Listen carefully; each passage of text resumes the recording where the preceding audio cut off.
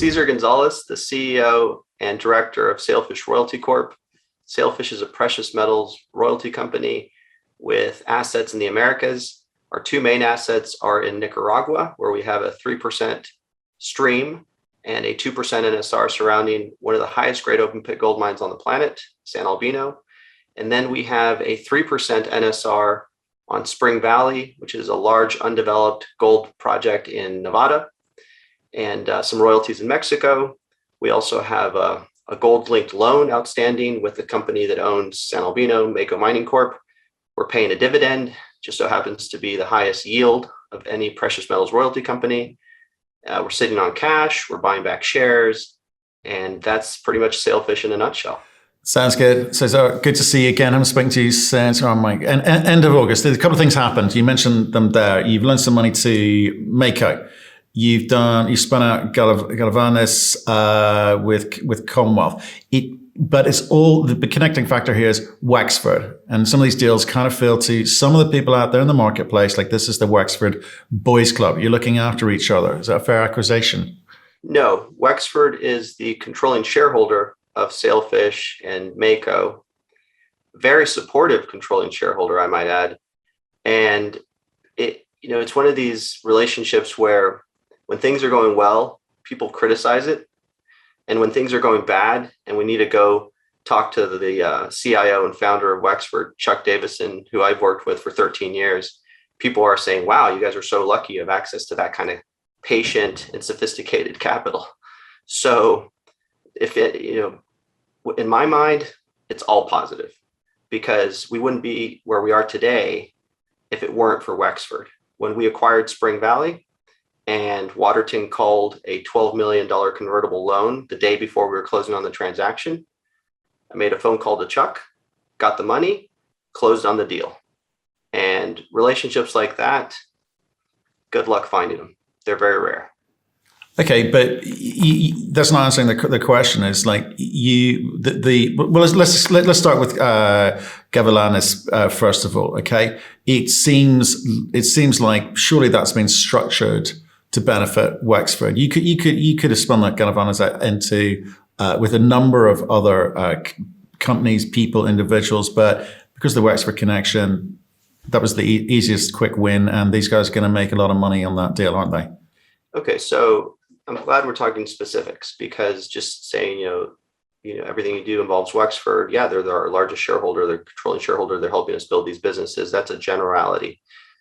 Now, in specific to Swordfish, which I failed to mention in my intro, and that's a very big component to what Sailfish is now, because we've announced that we're spinning out finally Gavilanes.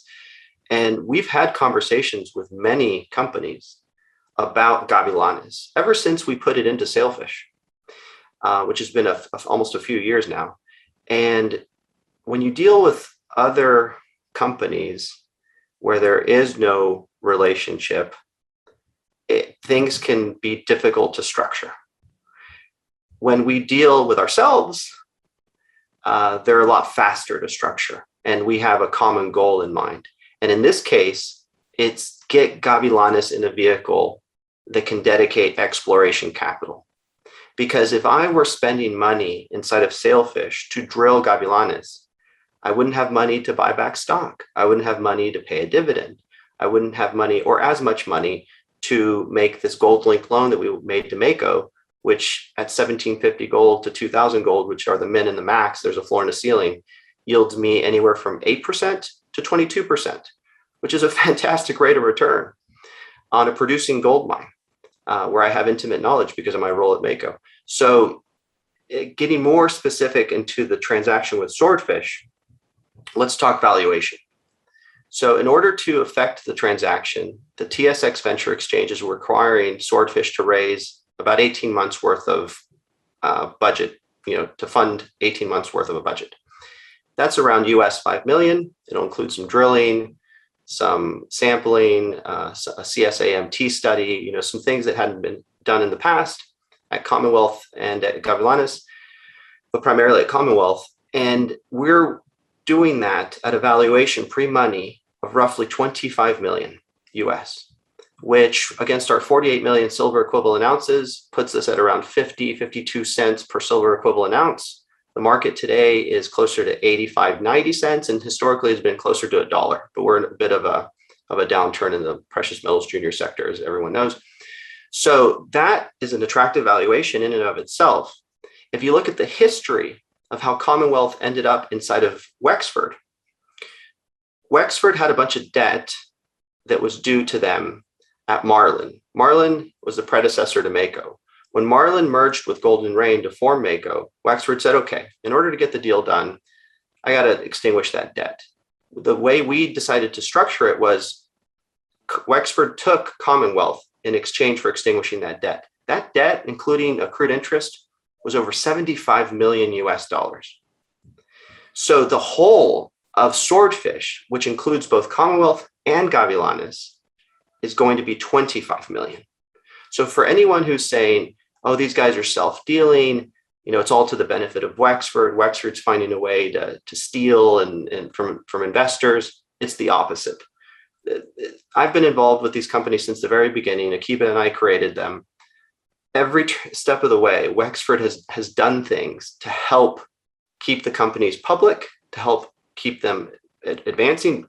Don't forget that we made our first investment into the predecessor of Mako in 2012, February of 2012. It has been one of the biggest headwinds of any investment environment to be doing gold from 2012 to today. I mean, we've had a nice rally and we obviously hit all-time highs, but even with that, the junior gold market's still a mess. So without Wexford, we wouldn't be here. And they've been super supportive because of the long-term view that gold will see new all-time highs that will eclipse the previous ones that we've experienced recently, and that all of this will have made sense. With the royalty portfolio, with the producing mine now in Nicaragua, I'd throw Bonterra into the mix there. Our turnaround story up in Quebec. Chuck at Wexford is a long-term patient investor. He's done this before in oil, investing through cycles. It's a commodity after all. And that's how I answer that question. It's a bit winded, Matt, but there's a lot of moving parts. Okay. And I appreciate you responding. Talked about the 75. So the 75 million is what? Something that Wexford has written off in relation to Commonwealth, and then used it as tax loss somewhere. I mean, have they got some benefit out of it? Yeah, Wexford, sophisticated, investor. Chuck, the co-founder and CIO, very sophisticated guy, and there are rules that allow you to take losses like that and offset gains. So yes, they're not going to just let that sit on the books. That in and of itself is an asset. But more importantly, they understand the public market and the arbitrage between the private and public market. And the exchange is requiring us to raise money from people that are not Wexford. If we were getting the 5 million to fund the next 18 months at Swordfish from Wexford, we could have set the price wherever we wanted. But because we have to raise that external from people that are not related, can't be Sailfish, can't be Wexford. We're not going to put Mako into this. And I think they would have an issue. The exchange would have an issue with that also, because Wexford's a controlling shareholder of Mako. It has to be from other investors. So we have to price the deal to sell. Simple as that. That was a requirement of the exchange. Okay, get that bit. So how many shares do you get? How many shares do Wexford get? And how many shares are out there? So pre-money, Sailfish shareholders, remember this is going to be pushed out as a dividend, are getting about 22% of the company. The management and the existing shell shareholders, because we're doing this with a numbered company, it's already publicly traded. We're putting the two assets in there. It saves us a lot of time from actually doing a formal IPO. I call it the Canadian IPO because everyone seems to do it. That's roughly 10%. And then Wexford through Commonwealth is the balance. 78%. Is that right? So yeah. 68%, sorry. Yeah, so those are the splits pre-money. And then the new investors coming in, of which Wexford will not be part of, which Sailfish will not be part of, will dilute both. And keep in mind, Matt, that Wexford also owns quite a bit of Sailfish, so that 22% is going to be Wexford as well, which is why the exchange is asking us to raise money from people other than Wexford or Wexford-controlled entities.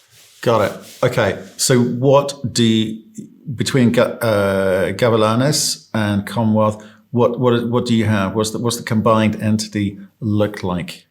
Yeah. So on a silver equivalent basis, just to keep everything, in one metal, because Gavilanes is a polymetallic deposit. It's it's silver predominantly, about 85%, and then copper, lead, zinc, gold, but 85% is silver. And you've interviewed enough silver companies, Matt. They're primarily in Mexico, Peru, because that's where the silver is. And even the pure silver producers have usually lead and zinc and gold that come along with it. And then maybe some have copper, because silver is not a primary metal. There aren't very many silver-only mines. But the unique part about Gavilanes is that it is 85% silver, which is very high. And then Commonwealth is gold and silver. And at today's ratio, because you have gold trading, 70x silver, it's primarily gold, and also metallurgically, because the silver doesn't do too well in a heap leach scenario. And that was the first iteration of this project. Although if it gets bigger, which is the plan to drill it and make it bigger, we will put in, when it's time to engineer this, we will put in a circuit that has a mill to recover more silver. But it's more gold than it is silver, but that has almost no base metals, trace amounts of base metals. So it's gold and silver. Gavilanes is silver and some base and gold. But we show this on a silver equivalent basis at 48 million ounces silver equivalent. Okay. Between the two. And it's roughly 50-50. So how's this thing being built out? Because obviously Commonwealth hasn't got a great track record. There was nothing really happening at Gavilanes. You need people in there who can build this thing out. You're raising 5 million now. I guess that's a nice start, but that's not going to achieve too much, really. And I appreciate the market is slightly depressed now, but you've got to have a plan and a team to deliver it. So when's all that announced? So we announced at Sailfish. Let me look back at our press releases for the year. I believe this was in March. That we had hired, March 15th, announced his appointment of Vice President of Corporate Development. That person is Paulo Lestrito. Paulo was a banker at a firm in Toronto called Red Cloud. Before that, he was a research analyst at a couple of shops in Canada. He is a rock mechanics engineer. He has been around mining since he was in his teens. I think he worked at a coal mine at one point when he was a teenager. And very bright guy. We know Paulo for a while. He actually brought us the Tocantinzinho royalty, which we bought and sold. That was the catalyst to taking Sailfish public. And so we've worked with Paulo. When he became available, we asked if he would take the helm of Swordfish and help raise the money, help put the deal together. And so he's been working inside of Sailfish since March with the plan to have him be the CEO of Swordfish. So it's not going to be me. It's not going to be Akiba. Akiba is going to be the chairman. I've decided to not take an officer or director role. So I won't be on the board. I won't be an officer. I'll be in the background. But between Sailfish, Mako, and Bonterra, I've got my hands full. But we're expanding the team. We brought in Paulo.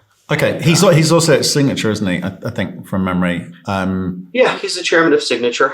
Right. That's right. Okay. So what's he actually done in terms of building companies? Because, I think I haven't got the press release in front of me, but what's he done in terms of building companies out that gives you confidence that he's the guy for you, other than having introduced you to a big royalty in the past? Well, he directly has not done or has not worked inside of a company that has, built anything or grown into something significant. But we have. And, Akiba is going to be involved. Jesse Munoz, who's the COO of Mako, who I have watched build Santa Elena for Silvercrest, El Gallo Phase 1 for McEwen Mining.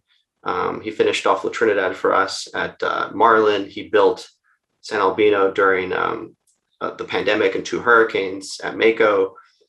He lives in Tucson. His whole team's based in Tucson, which is a little more than an hour away from Commonwealth. He's bilingual. He has dual citizenship from the US and Mexico. So doing Gavilanes and Durango, at least the exploration phase of that, is not going to be a problem. And then we're going to be working with Matt Gray from Resource Geosciences, who has offices in both Arizona and Mexico, in Hermosillo, and then in southern Arizona. He has been working on the Commonwealth project since Marlin bought it, and then it went into Wexford, so that whole time. And his team is now mobilized at Gavilanes and Durango. They're resampling core, they're relogging core, they're taking high definition photos of all the core. And so we're not going to throw Paulo to the lions on this one. We've got a team, and we've got people that are going to be there supporting him, including myself. I'm not going to have a formal role, but I'm the guy that structured everything in Gavilanes. I speak English, I speak Spanish. I deal with the lawyers down in Mexico. I'll be able. It's not like Paulo is going to have to go down to Hermosillo and deal with any legal issues on Gavilanes. We have people down there. I can coordinate with them. So he's going to be well supported. Right, but you know what I mean. The CEO sets the tone, right? And you kind of want the lead guy. You've got an opportunity here, clean sheet to appoint anyone you want, and you're kind of looking around to people that you worked with before. Why is that? Because you trust them and you prefer like this team model, or could you have actually gone and hired someone who's absolutely delivered before? Oh, well, yes to both. And it depends who's available, when they're available, what stage the companies are in.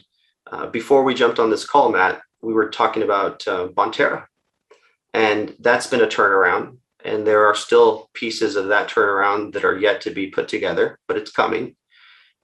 This one, because we had the asset coming from Wexford directly, because we had the asset coming from Sailfish, because we've had so much time directly with these assets. And we already had, Matt at Resource Geosciences working on this, Jesse working on this. We really just needed somebody to be a figurehead, to come in that knows the capital markets, that can devote the time. One thing that Paulo did, he moved to Arizona, so he still has his place in Oakville in Toronto. He bought a place just outside of Phoenix, so he's committed to this. And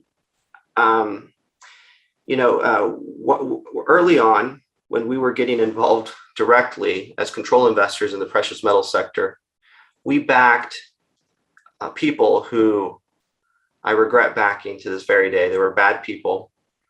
And for us, being able to trust somebody is very important. So does Paulo have the track record of building mines or advancing them, developing them in a company? No. Does he have technical experience? Yes, he has a rock mechanics degree. He has a lot of financial experience by being a research analyst, by being a banker. But more importantly, we trust him. We've gone through many years of dealing with him. We've seen how he behaves and what he is all about as a person, and that's huge. That's 80% of the battle, in my opinion. Okay, so he's gone and bought a house to be near. Okay, here's an interesting one. So how do you remunerate someone like that? How do you attract them? Okay, because he's got other stuff going on, and to incentivize them. How do you get that balance between not paying them too much and incentivizing them to actually deliver? I mean, what are the targets you've set, for instance, financially or otherwise? So there's a recurring theme at all Wexford portfolio companies, Mako, Sailfish, Bonterra, in the precious metal sector, and then on the oil side, that's a whole other world.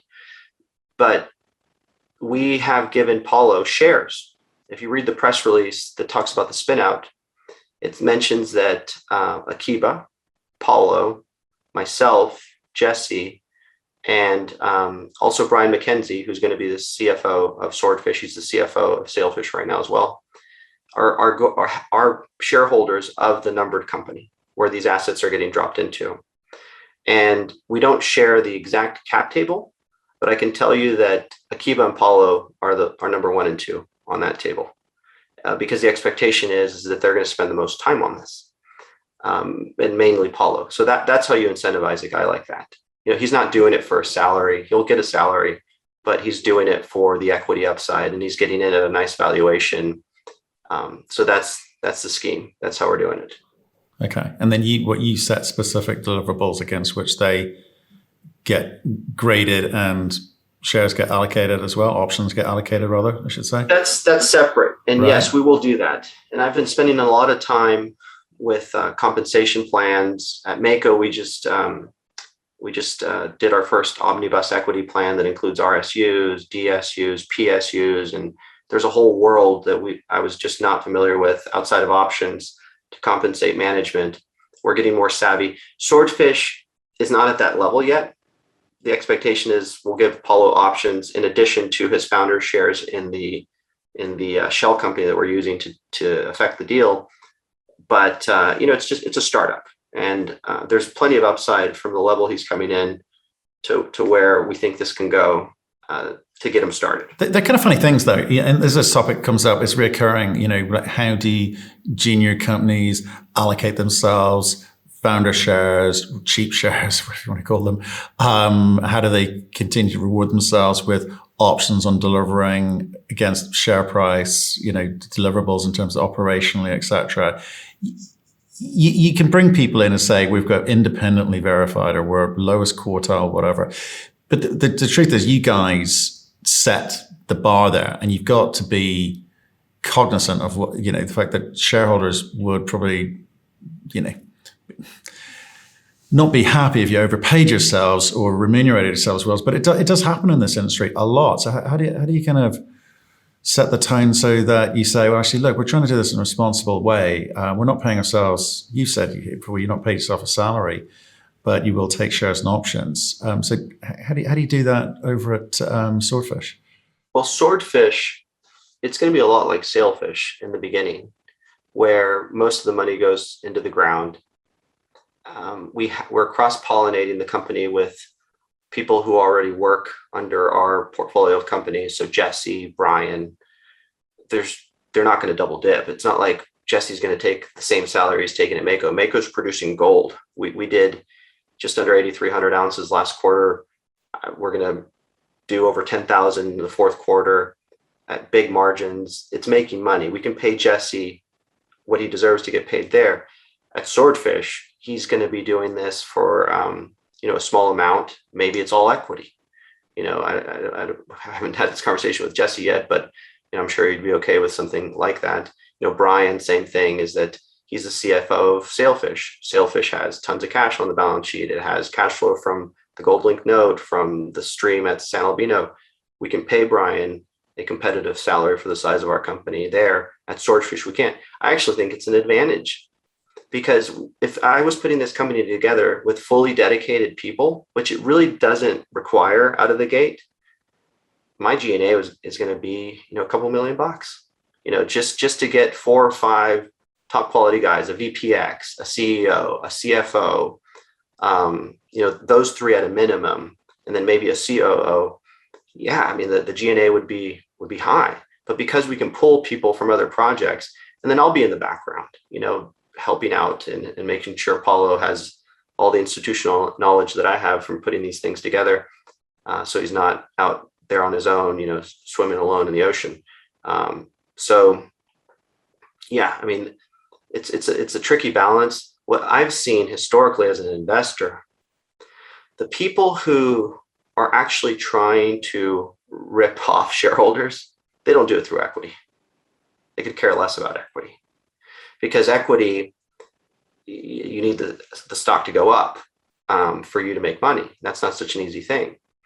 They do it through high cash salaries and guaranteed bonuses and things of that nature. They don't do it through giving themselves a bunch of equity. No, it's a fair point you make. And yeah, I mean, we spoke to a company a couple of weeks back, 2 or 3 weeks ago, and they removed a management services team who were gouging the company for $60,000 a month, covering all sorts of stuff, which this company was far too small to, quite frankly, shouldn't have been paying. So it's kind of interesting that people who create value, who create an upside for shareholders, deserve to be remunerated for the risk they take early on and get paid as such. But there's also, it leaves a bad taste in the mouth when you go, hey, you're going to be picking up, let's say, keep the math simple, $100,000 a year, 5 days a week on this company, but you've created a spin out, so we're going to pay you $100,000 over there too. You've just double your salary, same amount of time, and companies that keep doing that, it just kind of leaves a bad taste in the mouth a little bit. Well, look at Mako and Sailfish, Matt. Could we pay ourselves a salary at Sailfish? Sure. Do we? No. I take one from Mako. I don't take one from Sailfish. It's to the benefit of Sailfish shareholders. I do take options, however, and I do exercise my options and do all those things. And but you have to remember, Matt, and I know you do. These interviews are always provocative for the benefit of the viewers. But you've spoken to enough companies, you know the games, and you've identified them yourself. But we're not about that, because we are investors, right? We came into this as investors. We were forced to operate these assets and companies ourselves, and we've built a team around us that's technically savvy and competent. But we still have those battle scars from getting taken advantage of in the junior sector, as when we were just passive investors trying to figure out why certain things were happening or not happening, and why these people behaved the way that they did. So no, you're right. We won't have companies. We know who the players are. We know the games. We get feedback all the time from CEOs about stuff that's going in the industry, and it's quite frankly frightening. We won't have those companies on here. So I appreciate you talking about that. It's just all quite educational. These are the conversations that happen out there. It's always good to understand all the moving parts. So let's come back to the Mako mining loan deal. Okay, so you've got them out of a hole, helped their share price, helped your share price. So the market reacted positively to that. Just remind us the terms there, and then perhaps let's kind of focus on why it is a good thing for both sides. Sure. So we had sold Tocantinzinho, the second part, to Cisco Royalties, and the first part went to Metalla. Both easy transactions to execute on, both sides professional. And then we had all this cash, and we knew we were going to start paying a dividend with the cash flow coming in from San Albino and all the cash we had on the balance sheet. At the time, Mako had just finished commissioning San Albino. That happened July 1. And the deal we announced on August 30th. So San Albino is commissioned, for the most part de-risked. And Mako had two lenders, Wexford and then Nabari. And Wexford being the largest shareholder, and us having a long-standing relationship with Wexford, easy to deal with, friendly lender. Nabari, they're a true third party. They also happen to be friendly and easy to deal with, which we got lucky on. Sometimes the relationships with the lenders aren't like that. And we've even told the guys at Nabari, you have any reference calls that people need to make, whether they're your investors at your fund level or companies looking to borrow money from you, send them our way. We had an amazing time with them. They were up and down in Nicaragua, which is not such an easy country bureaucratically and also from political risk perspective to make a loan in. And it was great. But they have certain requirements. They had certain covenants in place that they just were not flexible on. It says a lot about them, their underwriting discipline. And we wanted all the flexibility that we could get at Mako. For example, Mako announced on the back of refinancing the debt through Sailfish on Nabari that they were going to start doing a buyback. They extended the loan with Wexford, and we repaid Nabari, and we're starting an NCIB. We couldn't have done that if the Nabari loan was still in place. And the reaction on the stock that day was quite dramatic. So it was the right thing to do for shareholders. Sailfish was sitting on a bunch of cash. Sailfish gets yield now on that cash rather than just simply paying it out over time and supplemented by the cash flow, which is growing from San Albino. So for us, it was a win-win. And we did it. And when I had discussions with the Sailfish board, they said, look, we already have a stream, we have a royalty, we have exposure there. Can't you just go out and talk to another mining company that's in production that you can make a loan to on similar terms so that it's more arm's length? And I laughed because I have phone calls with companies all the time. You interview companies all the time. It's not so easy if a company is already in production on a mine that we would actually care to lend against, right? I know everything about San Albino. I know how high grade it is. I know the people running it. I know I get daily reports. I don't have access to that kind of information from company X, Y, or Z. And then you have to deal with the CEO and CFO and management team of company X, Y, and Z to get a deal like this. It was a very good deal for us. It was a good deal for Mako, and we could get it done with a few phone calls amongst ourselves. And so we did it.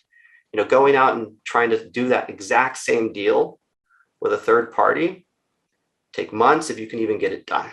Just tell me this. Okay, sorry, I just noticed.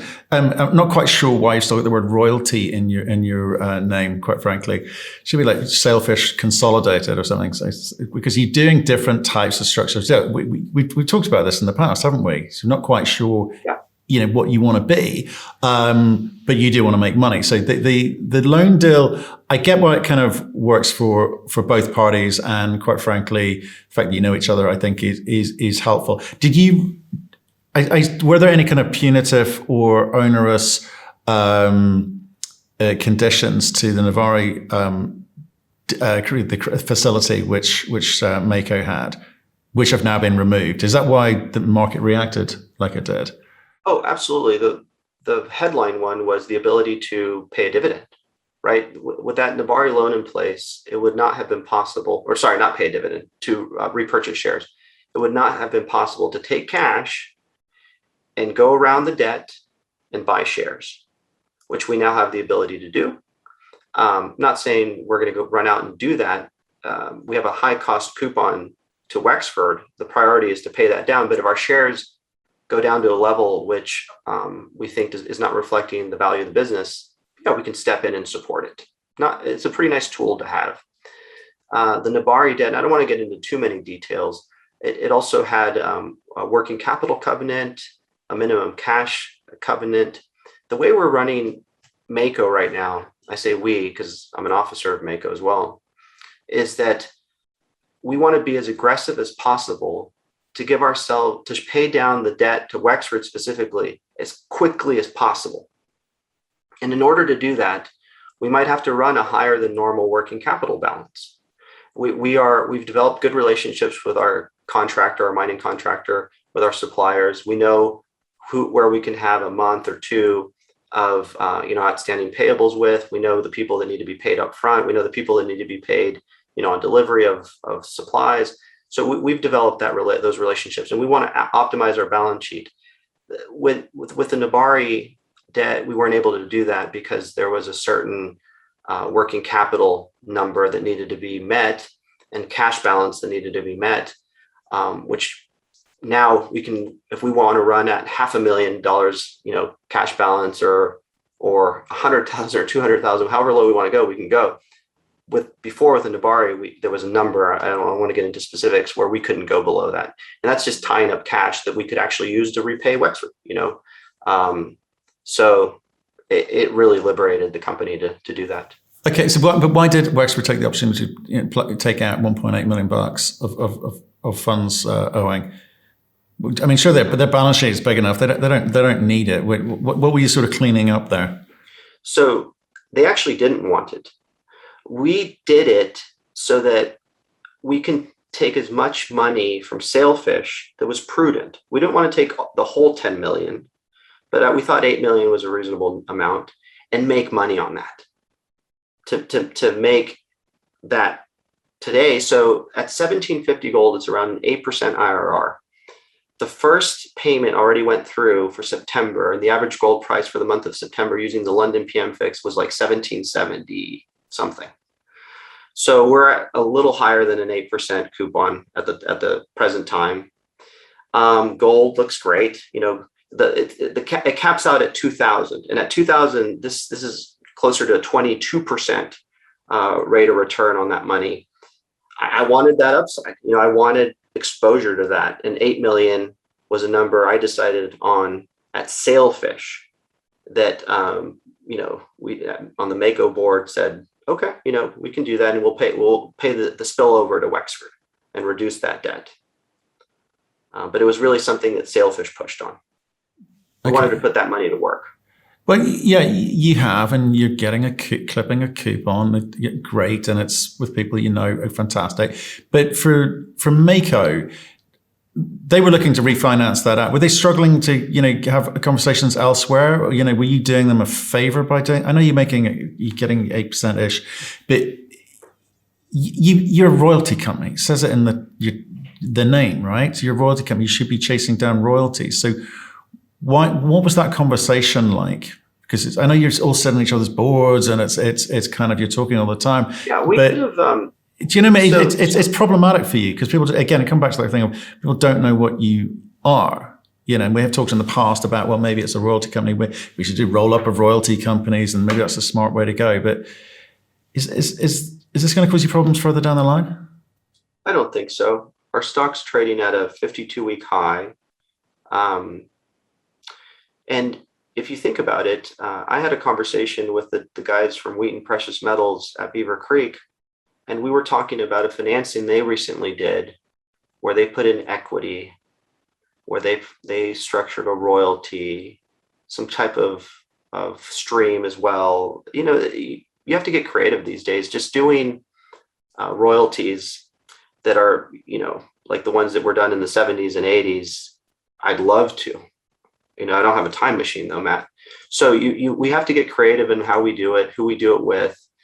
And I think that's the new normal. I think when you get on this platform and meet other royalty companies, they're going to be talking about some creative structures that they also have worked on. And I think that's just the new phase. And royalty companies, there's a reason why former bankers, analysts, not necessarily technical people, but finance people do well in the royalty structure, because it's just another source of funding, largely for development stage assets. Right. It was a question I asked a couple of weeks ago of a royalty company, which is how much, because royalties were new once, right? It was a new idea, and but money's money, right? So if I've got money, I want to make more money. I may choose to lend it out under certain terms and conditions on a piece of paper, which you and I mutually agree to, and that's the nature of very simply the nature of a transaction here. So, do you think we are going to see royalty companies have to come up with more and more innovative ways to structure these deals? Will they be called royalties? Will they have to work with like you explained with Wheaton there, with a number of different facets to it, different components to it?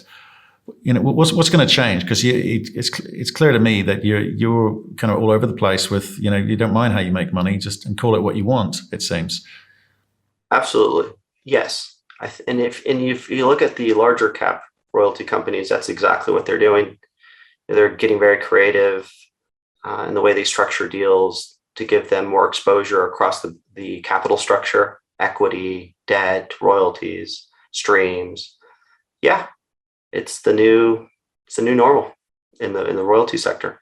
But what do you think that means for you, though? What do you think? You like the name royalty? What do you think it means for you guys, though, in terms of the way that you can attract money? Because I get Wexford is a big holder, but if you can show a new way of working and a new way of financing, or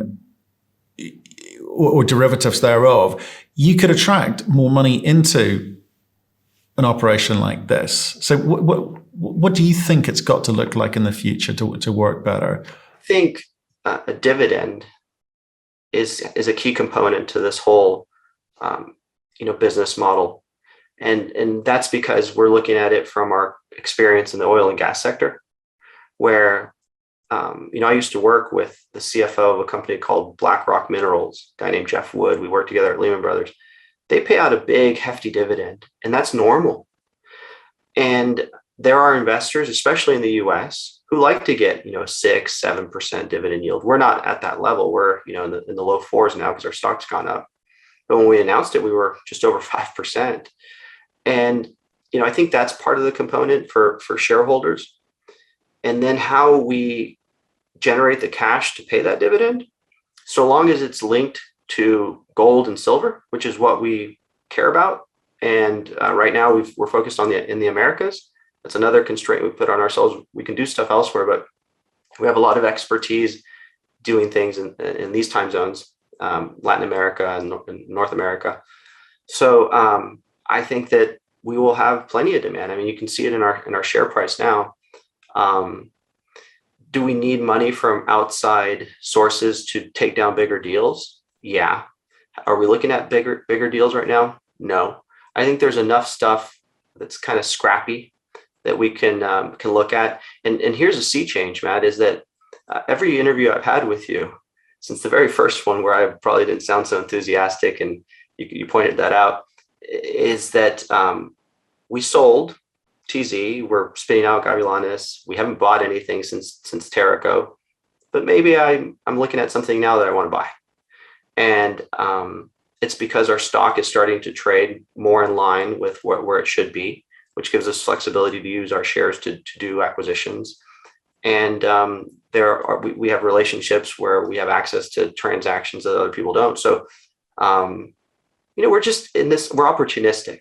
Wexford, when I joined in 2008, I think they still have it on their website. I haven't looked in a while. They had on all their PowerPoints and marketing materials, this mantra: independent thinking, opportunistic investing. And I've worked alongside Charles Davidson, well, not alongside, under him. He's a co-founder, CIO, and for 13 years. And so a lot of that has rubbed off on me and on Akiba. So no surprise that that's how we're running our companies, independent thinking, opportunistic investing. But that gets very hard to be predictive about what you're going to do next, whether it's going to be a good move or not, whether you're actually truly replicating skill sets or scenarios which have made you money in the past. So, and if you're scrapping around, use your phrase, it doesn't sort of infer scale or potential for scale there. And that's what normally people want to hear. They want to hear a growth story. So you can sort of see why entrepreneurs who make it, everyone loves it, but most of them don't. So, how do you strike the balance between what you've learned and what's rubbed off on you and making this story something that's going to be your focus, that is going to make shareholders money? You've talked about, you've got Bonterra, you've got Mako, you've obviously now got Swordfish going on as well. Do we need to be investing in a basket of Wexford companies to be able to see the upside? Or can your company, Sailfish Royalty, do it for investors too? No, each company is its own individual story. We have common shareholding and even management. So the theme is going to be similar, but Quebec is different than Nicaragua, and royalties are different than operating assets, and silver is different than gold. So we compartmentalize the stories, but in the back you have kind of the same cast of characters. It's like that Eddie Murphy movie where he played 10 different characters. They're all at the dinner table at the same time. That was a great scene. It's a little like that. We're not as funny as Eddie Murphy, but we are having fun doing all of this. And look, with regards to scale, I'd love to have scale. Matt, how many times have I come on here and talked about, I'd love for somebody to merge with me, hint, hint, wink, wink. And we have these conversations with people and they fizzle out, and I can't control somebody else. I can only control myself. So I'll do what makes the most sense at the time and keep doing it. When the opportunity comes around to partner with somebody else and get scale and be relevant and be in the GDXJ and have a broader shareholder base, more liquidity, happy to do so. But I can't control that other side of the equation. So good catch up. Thanks for getting in the weeds there and explaining what's been going on. Stay in touch. Let us know how you get on with obviously Swordfish specifically, and obviously Mako is a big part of your success at Sailfish Royalty as well. So look, we'll in fact I think we're having Akiba on later this week. There you go. Yeah. I've been going first, and then Akiva goes next. So That's he right. watches my interviews to make sure we're in alignment. Makes it easier for me because then I'd have to watch him. You're taking one for the team there. Hey, good to see you. Stay in touch. See you soon. Okay. All right. Thank you, Matt.